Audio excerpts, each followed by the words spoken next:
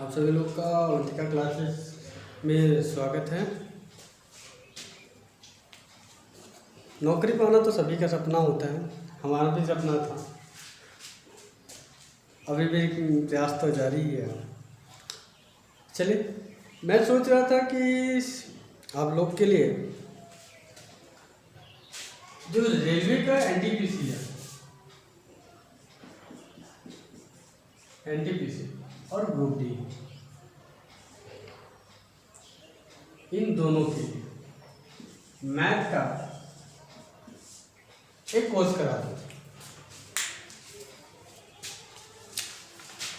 देखिएगा, आप सभी लोग जितना मैं कंप्लीट कराऊंगा उसे अच्छे से देखिएगा, समझने की कोशिश कीजिएगा।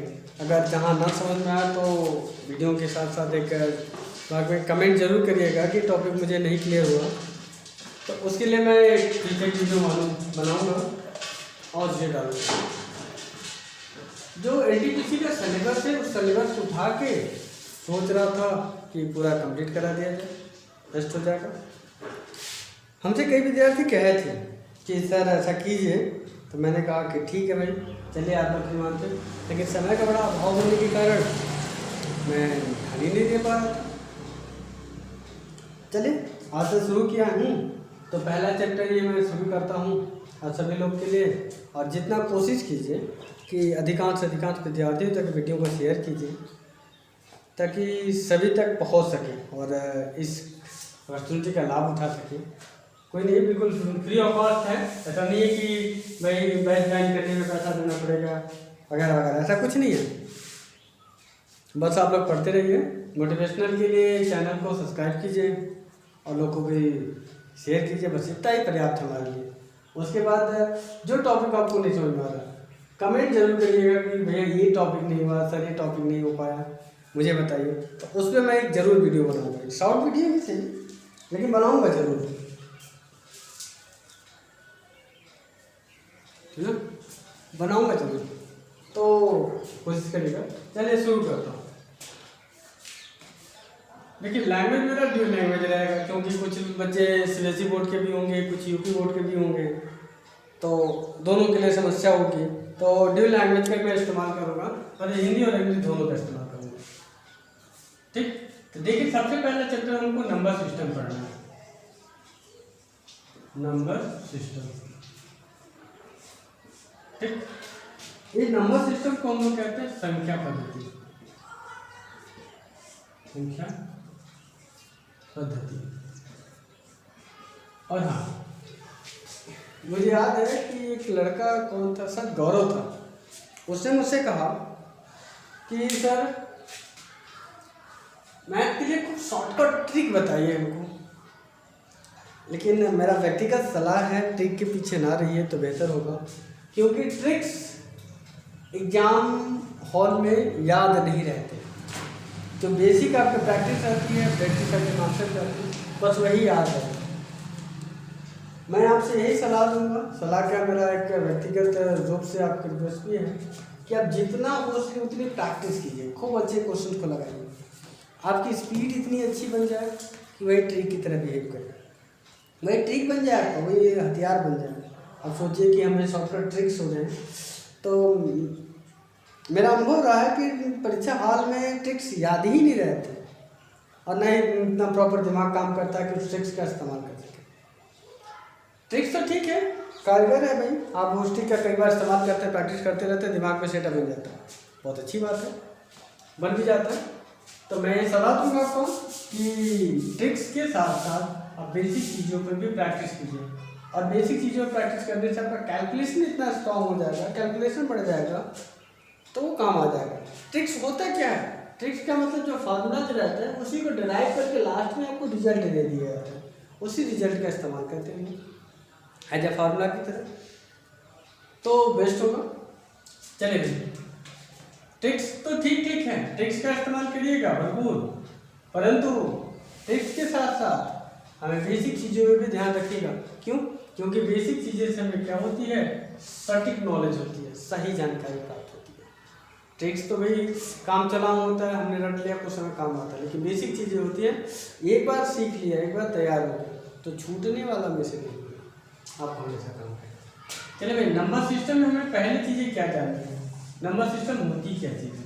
तो नंबर सिस्टम में सबसे पहले क्या है, हमारा नंबर है। नंबर सिस्टम में है कैसे, सबसे पहले हमारा नंबर, ठीक।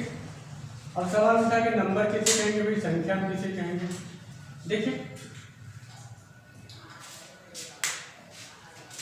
संख्या की परिभाषा क्या है या संख्या किसे कहें, तो जिस चीज़ों के लिए गिनने का इस्तेमाल करते हैं, जिसका इस्तेमाल हम गिनने के तौर पे इस्तेमाल करते हैं, तो संख्या कहलाएगा। तो संख्या कितने प्रकार की होती है, देखिए एक वास्तविक संख्या होती है, वास्तविक संख्या, वास्तविक संख्या को हम लोग कहते हैं रियल नंबर। क्या कहते हैं, रियल नंबर कहते हैं। अच्छा ठीक है भाई, ये रियल नंबर कहते हैं। और एक होती है काल्पनिक संख्या,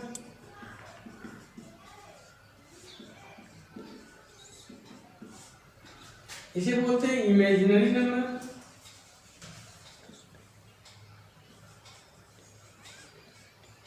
इमेजिनरी नंबर। आप लोगों ने वास्तविक संख्या तो सुना होगा, लेकिन काल्पनिक संख्या जो क्लास 11 में मैथ पढ़े होंगे वो जानते होंगे। इमेजिनरी नंबर आयोटा, रूट में -1, इसे आई नहीं आयोटा पढ़ते हैं। हमने अधिकांश विद्यार्थियों को देखा हुआ, टीचर्स को भी देखा कि इसे आई ही पढ़ देते हैं, एक्चुअली में आयोटा होता है। ये काल्पनिक संख्या होती है क्योंकि ये माना गया है, कल्पना की गई है ना, कल्पना की गई है। किसके द्वारा कल्पना की गई है, तो अल्फ्रेड के द्वारा। चलो भाई, ये हमारे रियल नंबर हो गया। रियल नंबर की बात करें, घबराइए मत, एक एक की परिभाषा भी हम देंगे। रियल नंबर की बात करें तो रियल नंबर दो हिस्सों में बढ़ जाता है। ये कौन सा हो जाता है, एक परिमेय संख्या हो जाता है।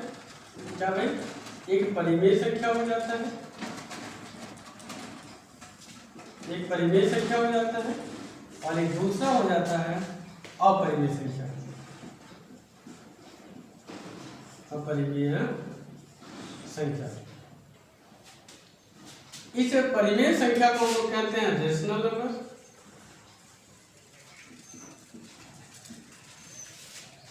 इसको बोलते हैं इरेशनल नंबर।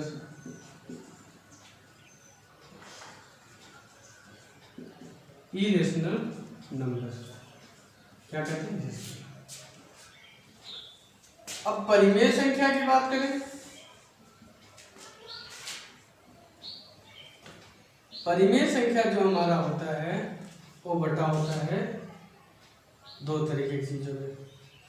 एक तो हमारा पूर्णांक होता है भाई, एक आंसर है भाई। अच्छा थोड़ा जगह कम हो जाएगा, इसको हम बीच में कर देते हैं। यहाँ पर एक पूर्णांक होता है, एक होता है आपका भिन्नात्मक संख्या। पूर्णांक को हम लोग इंटीजर बोलते हैं और भिन्नात्मक संख्या को हम लोग बोलते हैं फ्रैक्शन, फ्रैक्शनल नंबर के। अब पूर्णांक के भी और भीतर चले जाएं तो पूर्णांक को भी हम इंटीजर को भी तीन हिस्से में बांट देते हैं। ये कौन सा होता है, एक नेगेटिव मतलब ऋणात्मक, ऋणात्मक पूर्णांक होता है भाई। एक शून्य पूर्णांक होता है हमारा,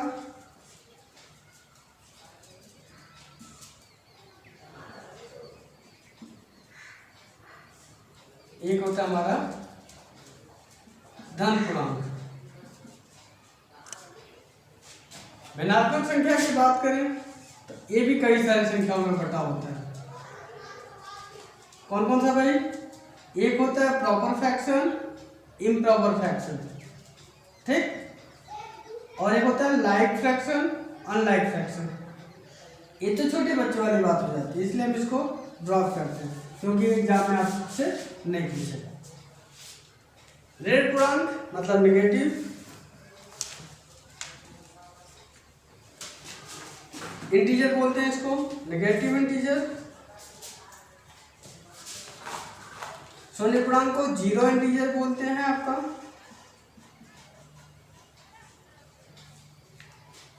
इसको बोलते हैं पॉजिटिव इंटीजर।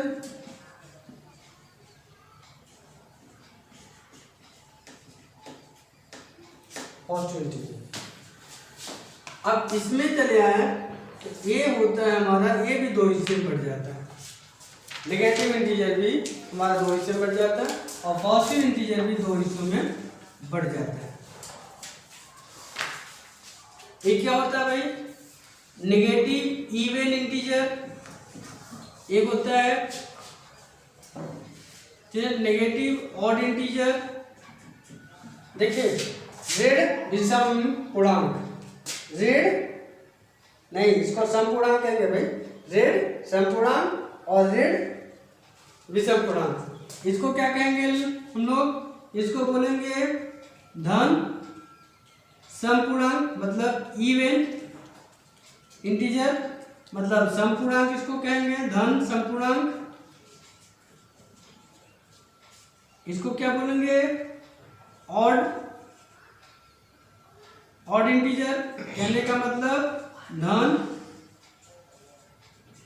विषम पूर्णांक। यहाँ पे काम नहीं रहा है, चलिए ठीक है, जहां तक आया उसको हम लोग देखते हैं। चलिए वापस आते हैं वापस से। आप लोग भी कहेंगे सर जी पूरा ब्लैक बोर्ड भर दिए, कुछ बताएंगे। चलिए वापस आइए, सबसे पहले नंबर पे आते हैं, फिर से रिटर्न। देखिए हमारी संख्या जिस किसी में गिनती की आवश्यकता पड़ जाए, गणना करने की आवश्यकता है, वहाँ पे जो इस्तेमाल होती है उसे लोग संख्या कहते हैं। संख्या दो प्रकार की, एक वास्तविक संख्या, एक काल्पनिक संख्या। देखिए वास्तविक संख्या, हर एक संख्या वास्तविक संख्या कहलाएगी जिसे संख्या रेखा पर प्रदर्शित किया जा सके, जिसको संख्या रेखा पर प्रदर्शित किया जा सके उसे हम वास्तविक संख्या कहते हैं। जिस किसी को संख्या रेखा पर प्रदर्शित कर सके वो वास्तविक संख्या होगी, हमारा रियल नंबर होगा। नंबर कैन बी रिप्रेजेंट और the number line is known as the real number. चलिए उसके नीचे आ जाइए, परिमेय संख्या। जिस संख्याओं को p बाई क्यू के रूप में लिखते हैं वो संख्या परिमेय संख्या कहलाएगी। ऐसी संख्याएं अधिकांश लोग किसके लिए परिभाषा देते हैं कि जो संख्या p बाई क्यू के रूप में न लिखा जा सके, है ना, इसके फॉर्मेट में न लिखा जा सके। तो ये सब सरासर गलत है, क्योंकि √/3 जो है क्या परिमेय संख्या नहीं है? बताइए अगर इस हिसाब से कहा जाए तो, क्योंकि √3 अगर 1/2 कह देते हैं भाई, क्या परिमेय संख्या है? बिल्कुल नहीं है, ये तो बिल्कुल अपरिमेय संख्या है।